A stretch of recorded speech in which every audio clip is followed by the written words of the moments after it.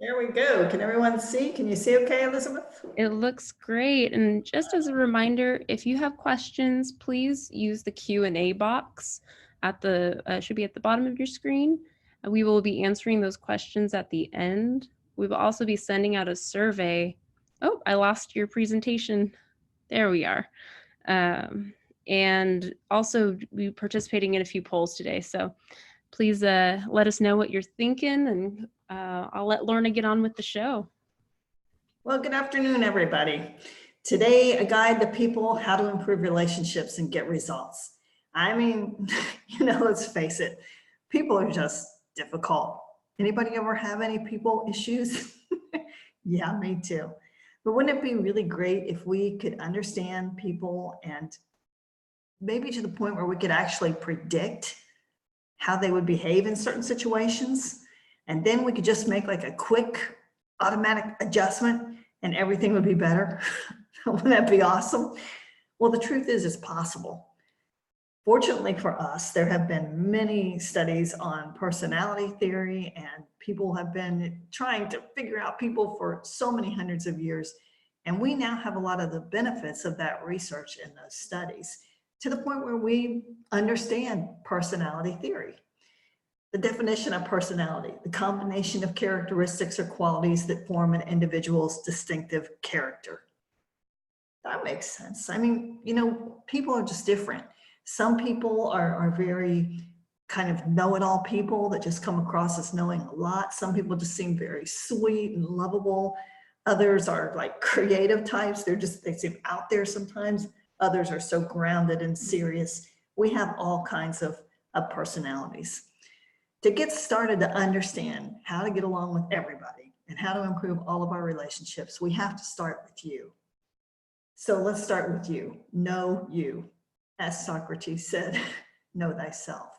So let's first understand a little bit about personality theory, style differences, try to understand a little bit about you, and then we can apply that to others. I want to start by introducing you to this guy in case you haven't heard of him. Dr. William Larson. He's a really fascinating person who did a lot of research back in the early 1900s and developed a lot of the personality theory and assessment theory that we understand today. Get this, in 1915, he invented the polygraph machine. Bet you didn't know that. You're going to get your fill of trivia for the day here now. So he invented the polygraph machine in 1915 and was terribly interested in how people responded, especially men versus women, which is significant because he has a very interesting view of women in history.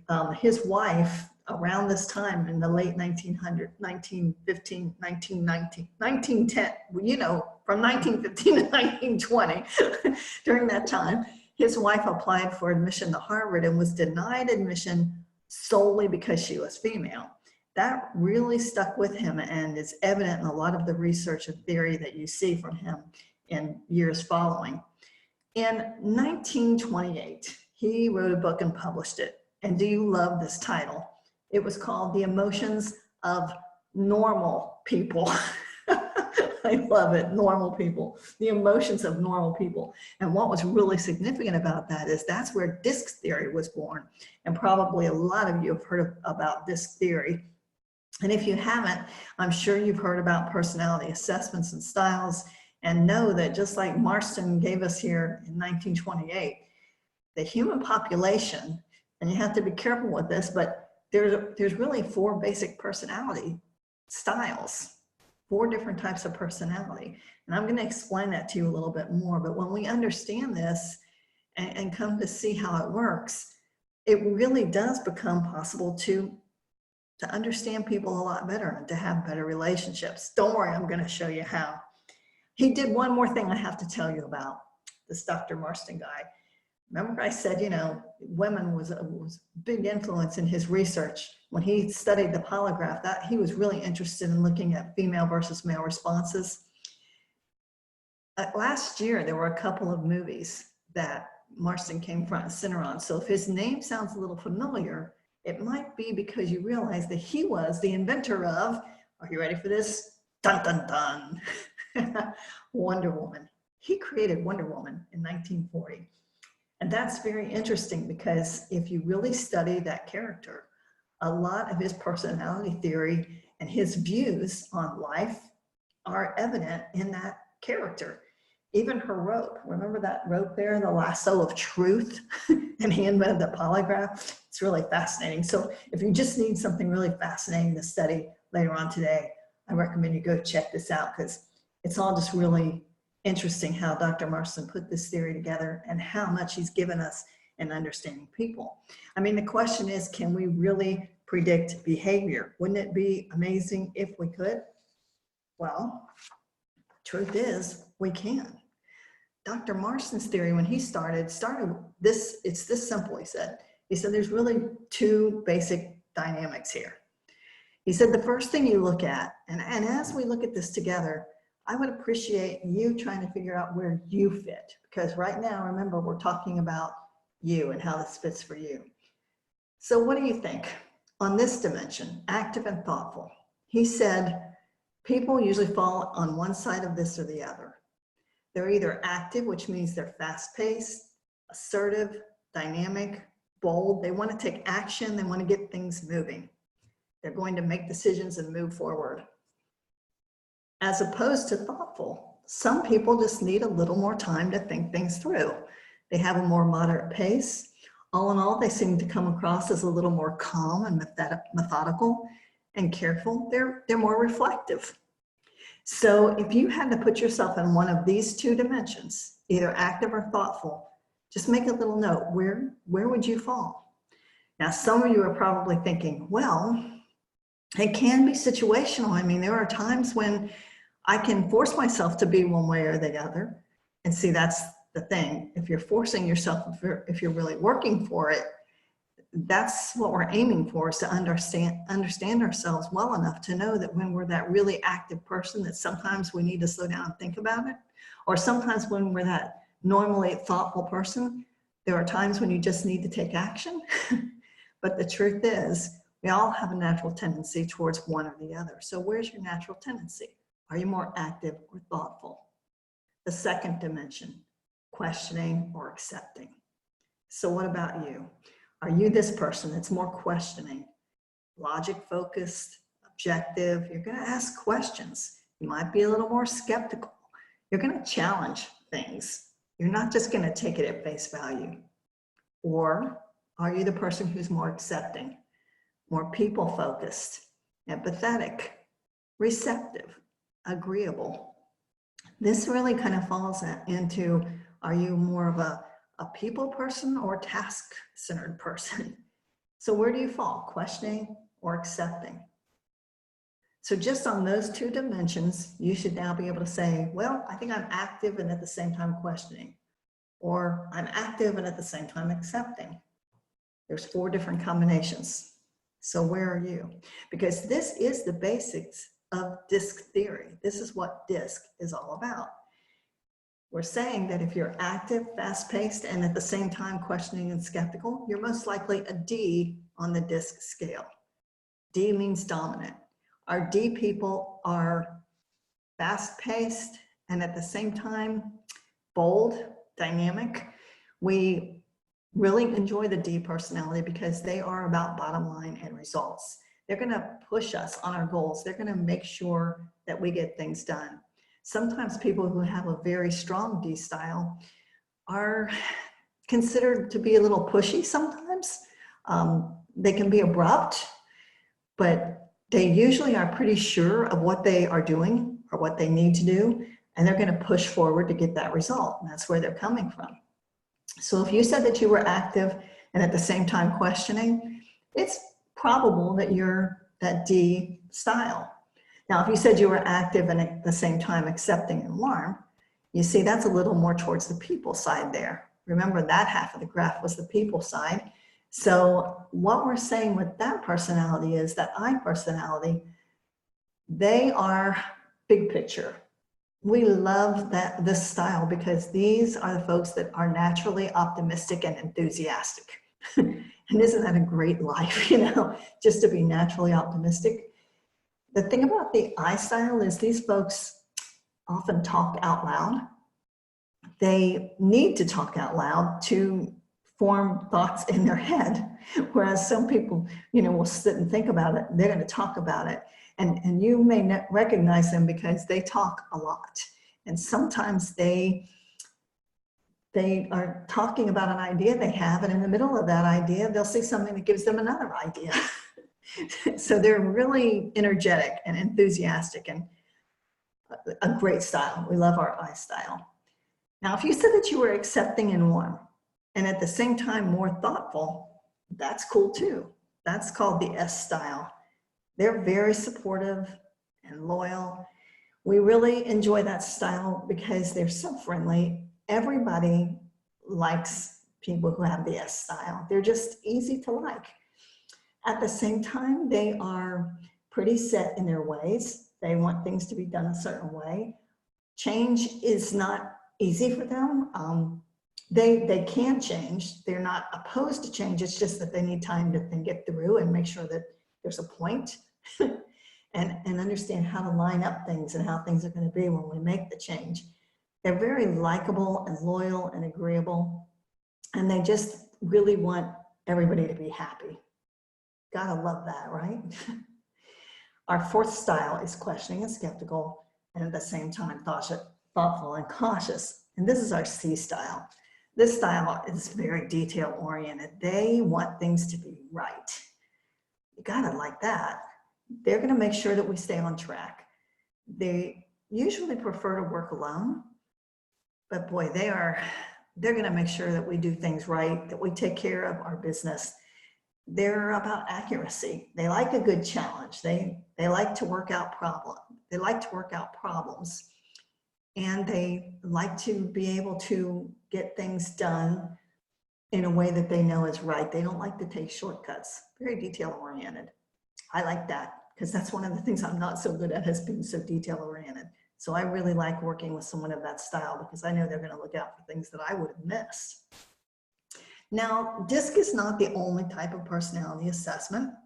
Some of you may be familiar with this. There are several different personality assessments. Maybe you've done True Colors or the Kilman Conflict Mode or Strengths Finders. There's a lot, but this is probably the second most popular, or maybe the most popular, Myers-Briggs, and I'm sure that some of you have participated in this one. And there are 16 possible styles in this one. This one is not my favorite because of the 16 styles. It's so hard to figure out. I mean, you just look at it, it's like the first style is ISTJ and the second style is ISTP. Oh my goodness, there can be so many differences in those two people just because one letter is different. But if you've taken Myers-Briggs, you know that it's valuable for really giving you a lot of personal insight about your own style and helping you to know yourself better. It also has a very interesting history. Catherine Briggs is credited with designing this, a woman, how about that, in the 1940s. And the way this came about was Catherine Briggs was a stay-at-home mom, and she was really fascinated with Carl Jung's theories. And Carl Jung was putting out a lot of research and publications during those years about personality theory. And she was just obsessed with it. She just thought it was so fascinating. She was reading everything she could put her hands on. Well, when World War II came about, she realized that women in the workplace were at a major disadvantage, and she wanted to do something to help with the war effort. And the disadvantage was that women all over the US were going to work knowing nothing about themselves. They had no idea how to do a job interview. They had no idea how to verbalize their own skills and strengths because that had never been something that they had any need for.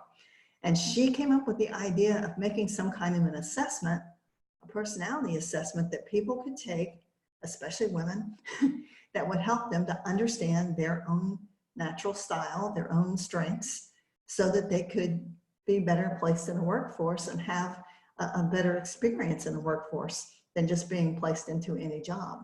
She signed up her daughter, Isabel Briggs Myers, to help her with this. And she spent, I think, several years, like 3 or 4 years, Isabel and Catherine worked in Catherine's house all over the house. And if you read the story, it's fun to read. It's like they did all of this work on index cards. And the way the research describes it, the articles that I've read, is like they had index cards everywhere, the garage, everywhere. The whole house was just full of index cards while they were working out this whole assessment process and how it would work. So the Myers-Briggs instrument was created by these two women in the 1940s. For that reason alone, it's actually had some controversy. You know, there are people who never believed in this model because, first of all, two women did it and they did it in their home, and did they even know what they were doing?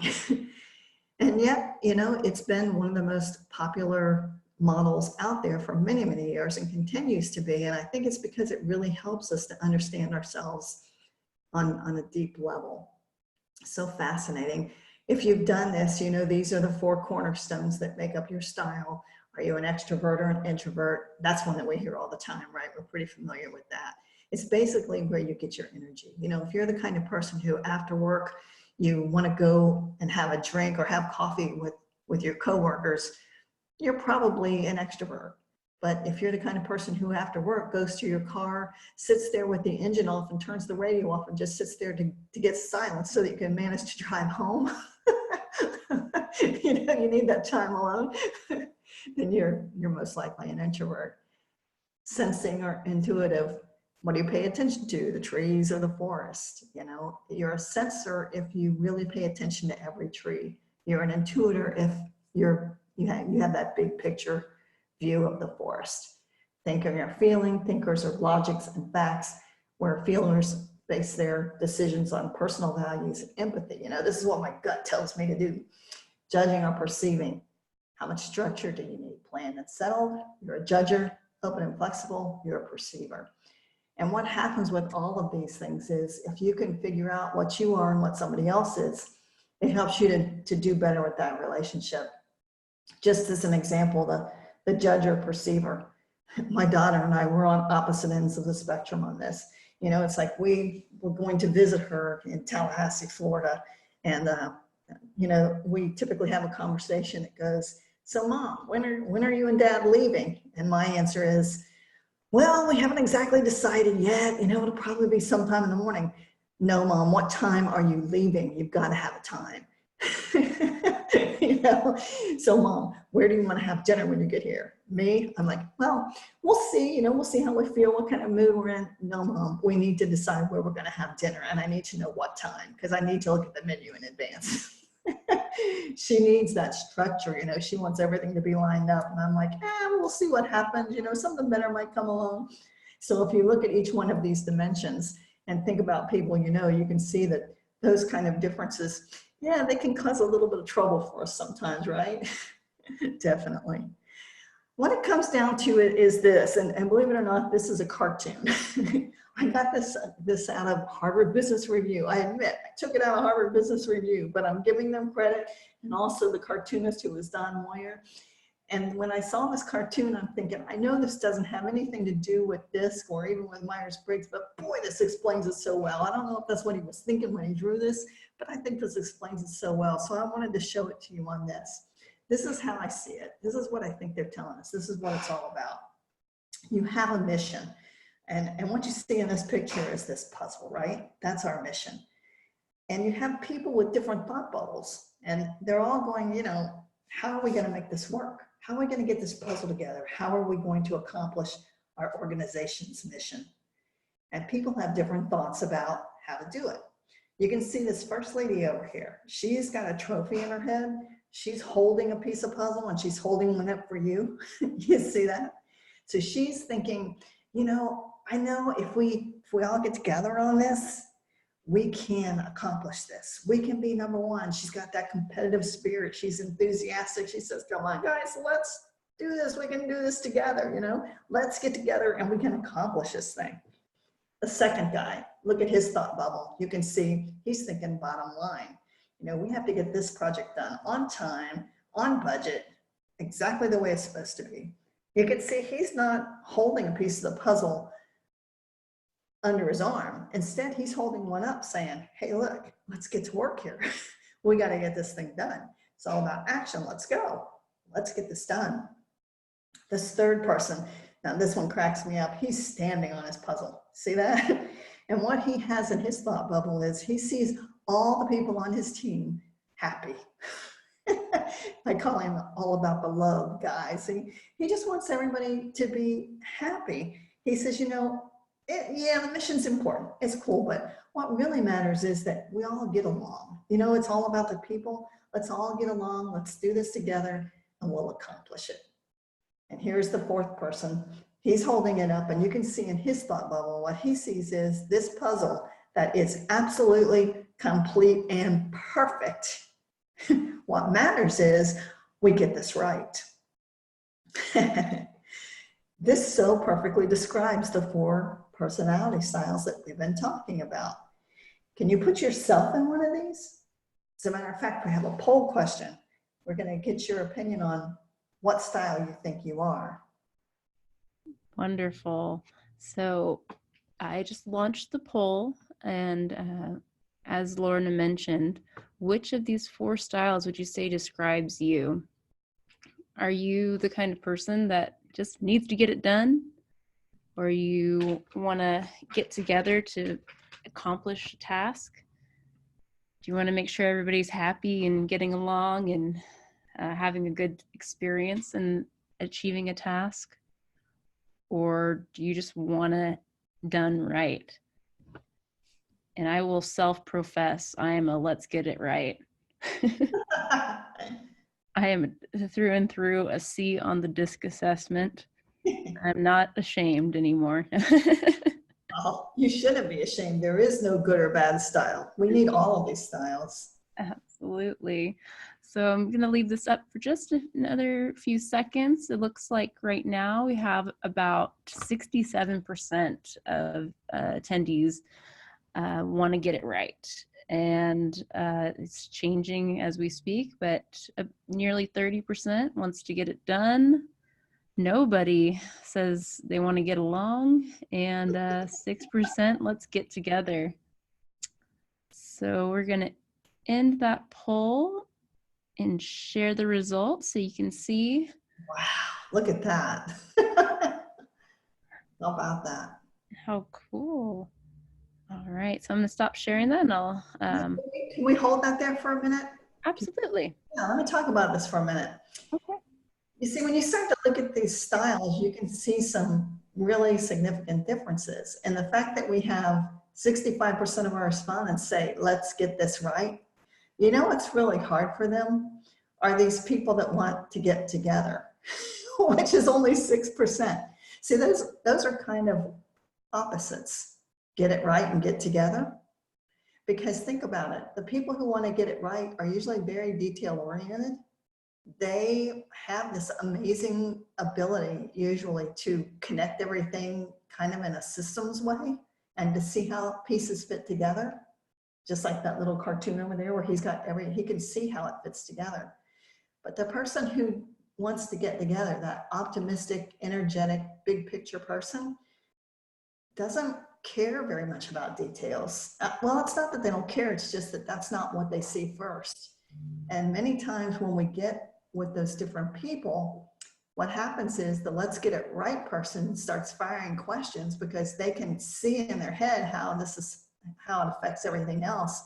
And the person who has the big idea thinks you're a wet blanket. Like, what are you doing? You know, why are you questioning me like this? So that's really interesting. We have to watch out for that. And the person who wants to just get it done, which is 29%, and the people who want to get along, which in our case is 0. What does that say about us?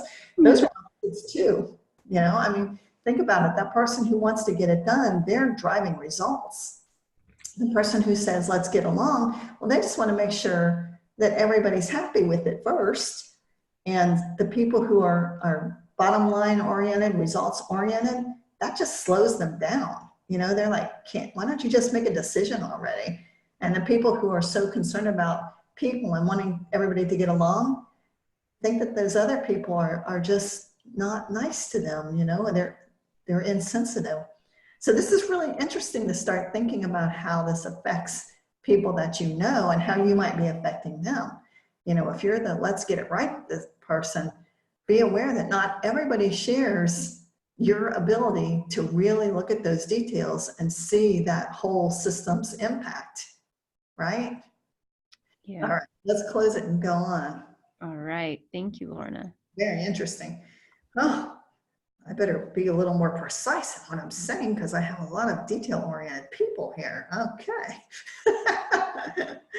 All right, so let's look at you, first understanding your personality style.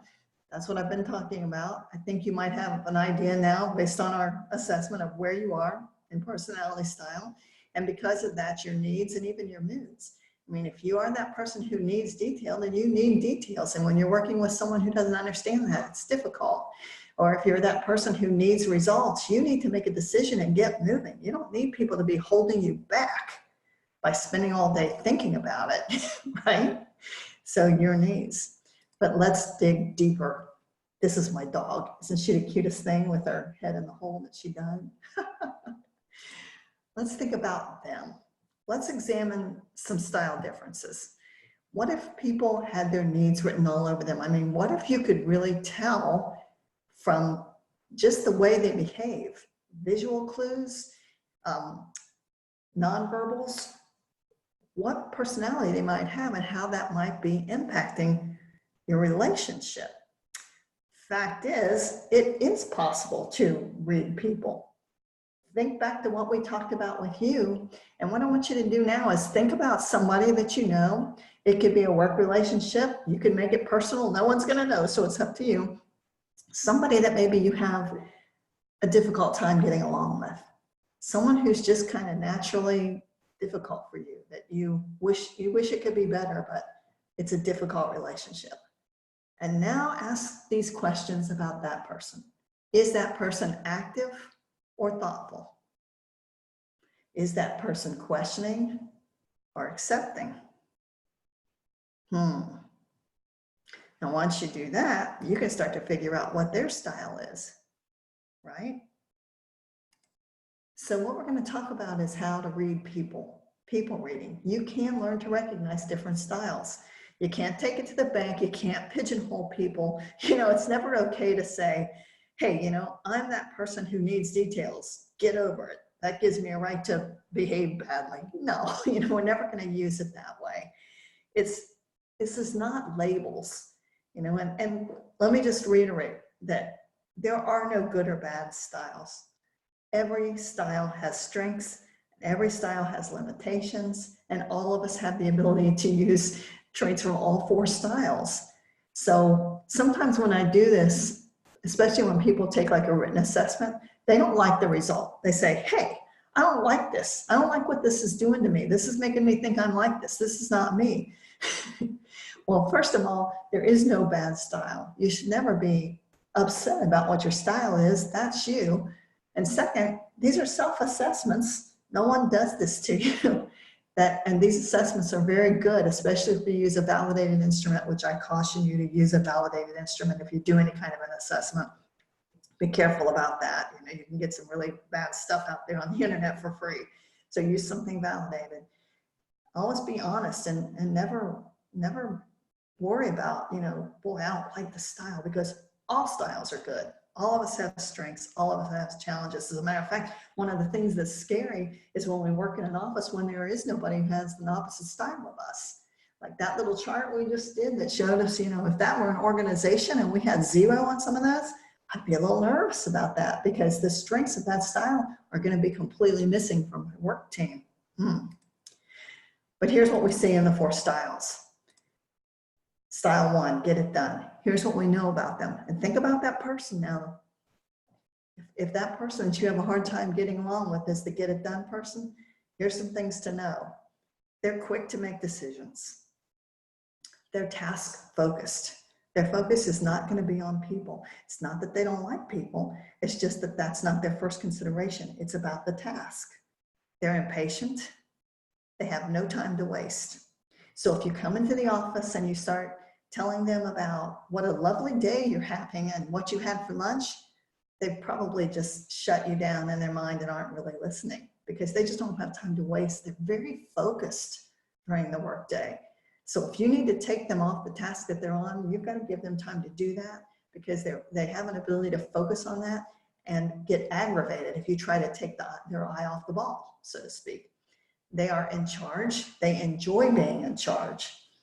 They need to feel like they're in control, and that's why they're in charge. But they're very action oriented. You know, they would rather make a bad decision and move on, because then they can make another decision and fix it. People of this style tend to think they're right. They have a lot of self-confidence. They need efficiency and competence. My favorite example of this style is one time I had been asked to come to an organization to work with a relatively new manager. He had been there about 6 months. And they told me the problem was that he just didn't get along with anybody. And yet he was brilliant. He was so sharp. He had such great skills and knowledge that he brought, but he just wasn't getting along with people. And they wanted me to see if I could help him.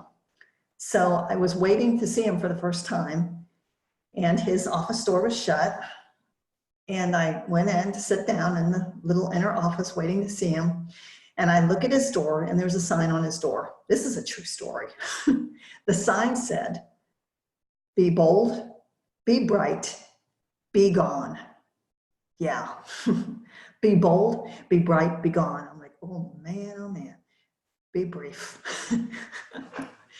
I had to change up what I was going to say when I went in to see him, because I was going to go in, just do some small talk. How you doing? Going to get to know you. That would be a big mistake.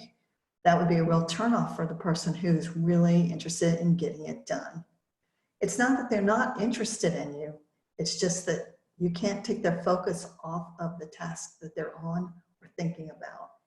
So you have to give them a warning for that. So that's style 1, get it done. Style 2, get together. They're optimistic and they need to talk. They need to be able to tell you about their ideas. They need to express themselves. This is important, especially for our folks in SBDC who are working with entrepreneurs, to understand that entrepreneurs are often this style. They're usually big picture people who have big ideas and need to talk about them. I remember one experience I had with talking with my first SBDC counselor when I started my business, and he was very concerned about me getting my business plan done. Yes, he was that person who was very detail oriented. I was very interested in telling him about my ideas. We didn't have a very good meeting because he was so focused on getting the details of my business plan. And I was so focused on telling him my big idea and how excited I was that we just didn't communicate at all. And honestly, the relationship went nowhere, and I really never went back to see him because he didn't get me, you know? And that's the danger when we don't take time to pay attention to the styles of others. The relationship can go nowhere. Something that could have been a really good relationship and good for both sides. So yeah, you got to give them that opportunity to talk. They're impulsive. They're going to come up with new ideas while they're speaking. It's really an amazing process and quite a talent, but it can be aggravating when you're the kind of person who's just trying to understand their first idea. They like new things. They're big picture. They enjoy people. They like to come to meetings. That's fun. You know, they want to be around people. They need for you to be engaged, and they need for you to be friendly. They'll feel really, really bad if they feel like you're not listening to them. So when they don't feel valued, they don't do well, just like everyone. Style 3. These are the folks who just want everybody to get along, right? Sometimes they're indecisive, at least they appear to be. And the reason they're indecisive is because they just want to make sure all sides are considered before they move forward. You know, they want to make sure we thought of everything and everyone and took care of everybody before we move forward. But some of us see that as them, they're indecisive, they're wishy-washy, and just want them to make a decision, you know, and move on. They're looking for stability. Stability is important to them. Putting pressure on them will not work. Instead, they'll shut down. If you don't take time to really talk with people of this style and ask for their opinions, they'll withhold them. They're usually pretty quiet, and they won't speak up unless they're asked. So putting pressure on them, it's not going to work. It's probably going to make them just kind of withdraw. They need time to process new ideas and information. You can't just come into someone of this style and say, okay, starting today, we're going to change this. They're going to fall off their chair. They need time to understand how everything fits together. So they'll make the adjustment. You just need to give them some time to process it. They need compassion. They need patience. So if that person that you're thinking, I could get along better with them is this style, maybe this gives you some ideas about what's going on in their minds, right? Style 4. These are the folks who want to get it right. They are analytical and logical, and quality is their top priority. So when you come in and start talking in a non-logical way about your big ideas, they just really aren't having a good time. They need details. And when you start leaving details out, they start to feel like maybe you're hiding something, or maybe this just isn't a good idea. You haven't thought it through. So they need to see the details. They want a guarantee that you know what you're talking about, a guarantee that this is something you want to move forward with, a guarantee that they're not going to be blamed if it doesn't go right, because they want to be given a chance to make sure that it's right. They need facts. They need space. They need respect. If you are going to meet with them about something or share a new idea with them, they'll do really well if you send it to them in writing first. Give them time to look at it in writing, to process it, to line up their questions, and then be ready to give them time and to ask their questions and to understand it from their point of view. So here's looking at them. Thinking of someone that drives you nuts. Do one of these styles fit them? How's that style compare with your personal style? And then I want you to think about ideas that might help your relationship. And we're going to stop here and just do another quick poll, because I'd like to see which of these styles you think is really hard for you. And let's see if it comes up to be opposite of what our other poll showed us. So the question is, which is hard for you? All right, so you should see your poll pop up on your screen. And which of the 4 styles would you say is the most difficult for you to get along with? Do you have a hard time with people who want to get together?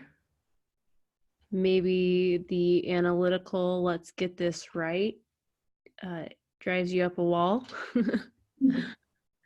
Do you want to not want to get along with everyone? You just want to make sure it's done on time, get it done. We have some results rolling in. It's pretty interesting. 30% currently, let's get this right. 30%, let's get along. 30%, let's get this done. And 9%, let's get together.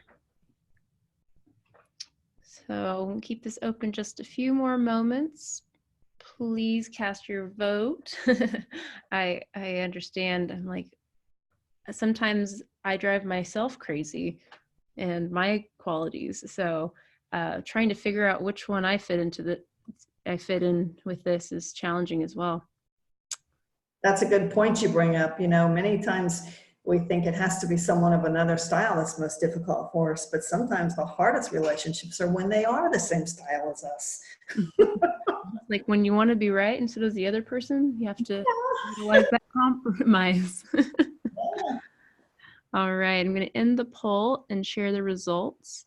So we had 7% of attendees can't stand with someone who wants to get together. 40%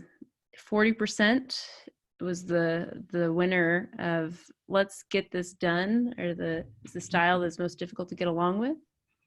33% have a hard time with working with someone that wants to get along, and 20% said that they have a hard time working with someone who wants to get it right. Wow, this is interesting. I'm going to give you some tips for all 4 of these styles. And I can understand why let's get this done probably came up the highest, because many times those people, they come across as almost rude, you know, but they are a lot more flexible than we think. They intimidate us. And so many times we kind of allow that to go on. And they're actually quite open to some tips that I have for you and how to get along better with them. So this is good. Let's go on. All right. I hope you're getting some ideas on how to help your relationships, but I'm going to make sure you do right now because we're going to talk about flexing. You know, we understand that we have to know ourselves. We understand now the tendencies of others. And now what I want to talk to you about is how to flex your style. This is my other dog. Isn't he a cutie? He's flexible. And what I mean by flex is, how can we maybe take our style, their style, and meet somewhere in the middle so that the relationship is beneficial for both sides instead of a disaster? Probably one of my most challenging relationships turned into one of my best relationships ever. And it was someone who had a completely opposite style of me. But once I understood this, and I was able to really talk to them about the strengths that they had that I didn't have, and vice versa, we were great for each other because every place where she was a little bit off, I was sharp on that. And everywhere where I was off, she was sharp. And when we put those two things together, we were a fantastic team. Why do you want to flex your style? Because it's going to improve your outcomes, bottom line. The quality of your interactions will improve. People around you will relax and be more receptive. We'll have better chances at open discussions. And it's all about really improving your work life and really all of your relationships. To be honest with you, this is, of course, targeted towards your work and your work relationships and your relationships with clients. But this theory and these ideas that we're discussing apply to all of your relationships. To be straight with you, this even worked for me with my mother-in-law. Yep. We have a much better relationship. So let's look at those 4 styles and give you some ideas about how to flex. So here's just a few ideas for you. Let's start with the get it done person. With them. When you need to talk with them, when you need to communicate with them, the first thing is be ready. You know they want you to come in and know what you want. They don't want you to think it through with them. Those of us who have these big ideas and need to talk out loud to yourself before you go in to see them. Because they want to get going. You know, we need to be brief with them. We need to come in and say, I need to talk to you. I need 5 minutes and I have 3 things that I need to tell you. Is this a good time? Now be prepared because they may say, well, this isn't a good time. Could you come back in 10 minutes? Don't be personally insulted by that. Remember, I told you they need to focus. You say, great, I'll be back in 10 minutes. And in 10 minutes, you come in, you're ready, you're direct, you're brief. You say, here are the 3 things. With them, focus on what? Show them what to do to solve a problem. Be direct. Style 2, get together. Remember, they need to talk out loud. That's how they think out loud. So give them a chance to verbalize. Now, sometimes it will seem like they just go on forever and they talk too much. What you can do with that is say, hey, listen, I really want to hear this and I have 3 minutes and I have to go. That's cool with them. They'll do it in 3 minutes, you know, just put a time limit on it. Just be open about it. Be sociable with them. Remember, they do want to hear what happened in your kid's soccer game. They do want to hear what a great day you're having. They're about people, so be sociable. Visuals, they really love visuals. Remember, I said they're big picture. So show them a chart, show them a map, show them a picture. They're going to love it. It's going to give them ideas. Use visuals. If you're ever around these folks, look what's going on. They're going to be very animated. Their office probably has pictures and stuff all over the place and charts. They're very visual. Mirror their enthusiasm. You know, remember I said they want you to be engaged. Well, when you can mirror back a little bit of the enthusiasm that they have, that engages them, that gives them more ideas and more motivation. Some people think that they just can't possibly be that optimistic and enthusiastic all the time, but believe me, they are. That's just natural. It's not fake. It's real. So the worst thing we can do is squelch that because that's what makes them so special. So mirror that enthusiasm. But then focus on who, because remember, they want everybody included in here, right? They want us all to get together. So focus on who's going to be involved. Show them you're listening. Style 3, the get along people. Okay, with them, we need to be patient. We need to explain ourselves and be logical. Remember, they're very logic focused. Ask for their opinion. Remember, I said before, we don't want them to feel like, you know, we're not interested because they're going to shut down, but they're also not going to volunteer because they're pretty quiet usually. So we'll ask them for their opinion. Not going to put pressure on them because we know that doesn't work. With them, focus on why. Here's why we need to do it. That's what they need to understand. Once they understand why, once they buy in, they're sold, and they're going to be loyal and make sure that they're behind you and supporting you all the way. They're all about support. Show them you care. They really need to feel valued. I think I've said that before. You know, I think everybody really needs to feel valued, is the bottom line. Style 4, here we go with our get it right, folks. With them, we want to be precise. Remember, they're very much about details. So they're detail oriented. Give them the details they need. Give it to them in writing. They like that. It helps them. You'll see they'll take a lot of notes. Offer them that guarantee. Focus with them on how. Here's how we're going to do it. They're process focused. And show them your expertise. Show them what effort you've put forth to understand their side, to get the details that they need. Just be honest with them about it. They'll be willing to help you. So those are some tips for how to work with the different styles. And for those of you that said, you know, this one's hard, get it done is hard, get it together, whichever one is hard for you, use these tips next time that you are talking with this person and see if they can't help you maybe to have a better relationship. The hard part about this is that, you know, you can only take care of you. You can't make them change. But maybe if you can just meet them halfway and understand where they're coming from, life will be a lot simpler for you. That could be good. I really do believe that you can change the world with this. I really do. Because if you first understand yourself and you're self-aware, then you are in a better position to observe the behavior of those around you. You get to know them. And then if you can just flex your style to meet their needs, wow, wouldn't the world be a beautiful place? I'm going to pause for a little bit of question and answer time before we close. So if we'd like to open it up for that. Absolutely. So we have a couple comments in here right now, so I'll go through those first. Please submit your questions or comments that you might have through the Q&A box, please. If you raise your hand, we're not able to directly address you. So if you have something you'd like to say, please submit that through the Q&A box. One attendee mentioned that, yes, I have to talk things out, and I realize that can be hard for others. So I think it's great that you've provided us with some framework of like, okay, what do we need to consider when we're working with someone who has this style? And then what can we do to better suit what their needs are?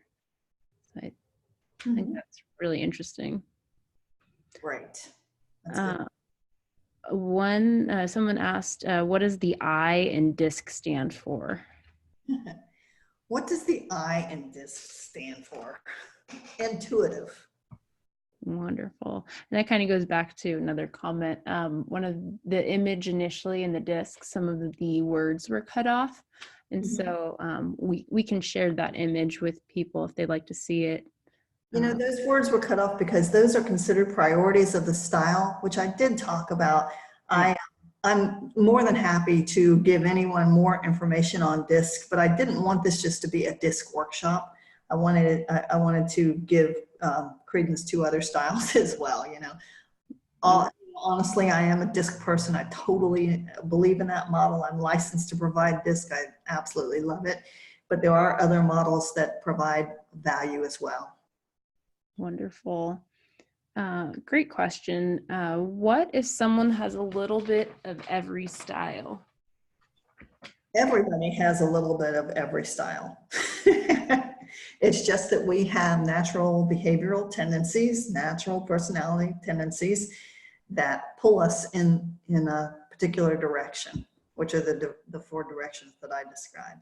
But we honestly all have a little bit of all of that in us. You know, you can't really separate us out. And it's not that easy to say you're either A, B, C, or D. Nah, of course it's not that easy.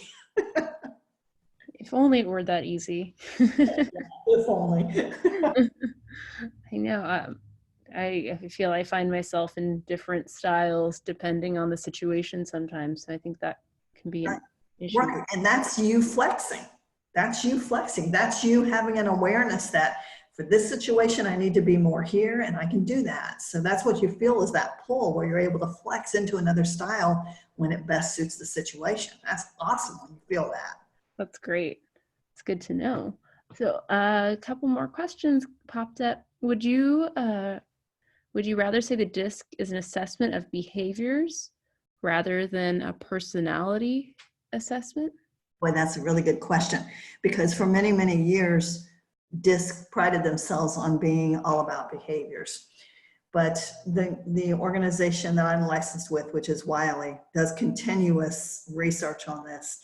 And in the past year, they have openly confessed that you cannot separate personality from behavior, which has been their ongoing research to improve these instruments.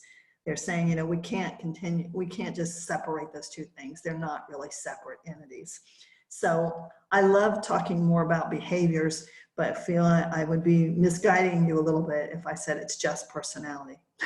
One seems to be joined to the other. That makes total sense. One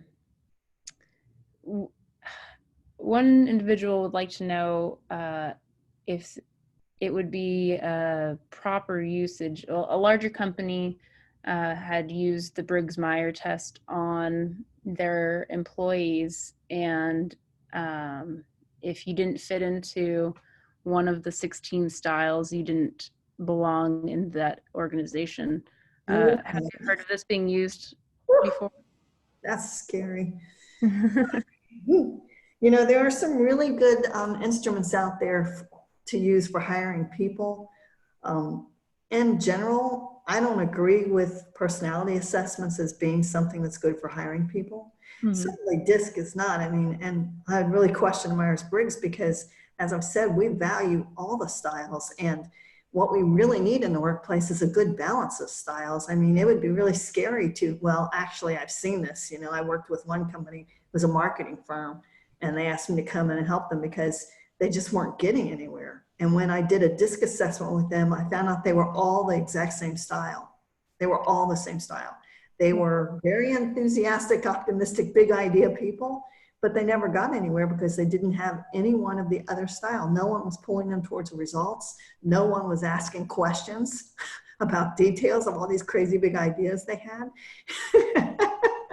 You know, so it's really important to have a balance of styles. And I don't think it's a good idea to try to hire for a particular style. Instead, we need to make sure that we have all the styles and then help each other to know how to get along with those styles and use the strengths of all the styles and overcome the challenges.